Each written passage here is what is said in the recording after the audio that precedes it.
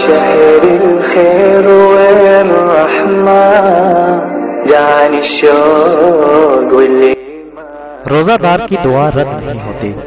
حضور اکرم صلی اللہ تعالیٰ علیہ وآلہ وسلم کا ارشاد ہے، 3 آدمیوں کی دعا رد نہیں ہوتی، ایک روزے دار کی افطاری کے وقت، دوسرے عادل بادشاہ کی، تیسرے مظلوم کی۔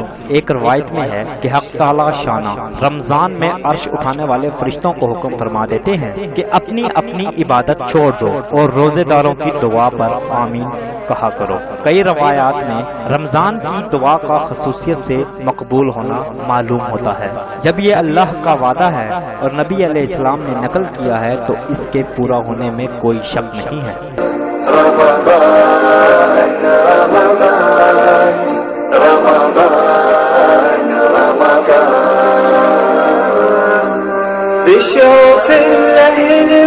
چینل سبسکرائب کر لیں، بیل آئیکن کو پریس کر لیں، آپ کو اپڈیٹس ملتی رہیں گی۔